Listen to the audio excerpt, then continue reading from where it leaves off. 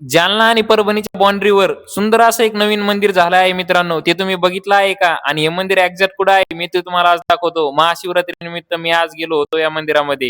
तर रामकृष्ण हरी मित्रांनो, मी तुमचा मित्र नवाब राजबिंडे आणि मी आज आलो होतो वाकडीला दर्शनासाठी आणि वाकडीच्या दर्शनाच्या रांगेला लागलो आणि लगेच घेतले महादेवाचे दर्शन, केदारेश्वर महादेवाचे मंदिर. तुम्ही दर्शन घ्या मित्रांनो.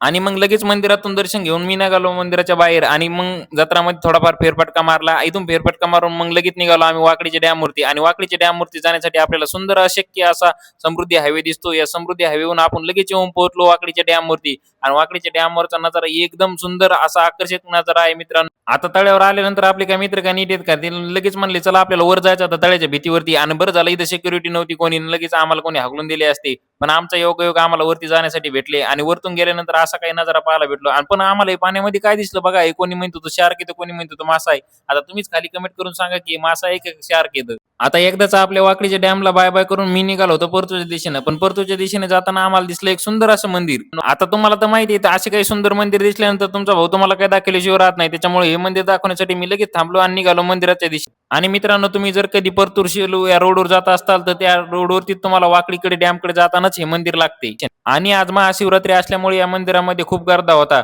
मग लगेच नंदी महाराजाचे दर्शन घेऊन मी निघालो आतमध्ये दर्शन घेण्यासाठी. पण आतमध्ये आपल्याला कॅमेरा अलाउड नव्हता. मग दर्शन घेऊन निघालो बाहेर आणि या मंदिराचा बाहेरून असा काही लुक आपल्याला पाहायला भेटतो मित्रांनो. खूप सुंदर मंदिर आहे. तुम्ही जर कधी इकडे वाकडीकडे आलात तर या मंदिराला एकदा नक्की भेट द्या. आणि मित्रांनो, तुम्ही माझे व्हिडिओ कुठून पाहतात ते तुम्ही कमेंट करून सांगा आणि फॉलो आणि लाईक करायला विसरू नका.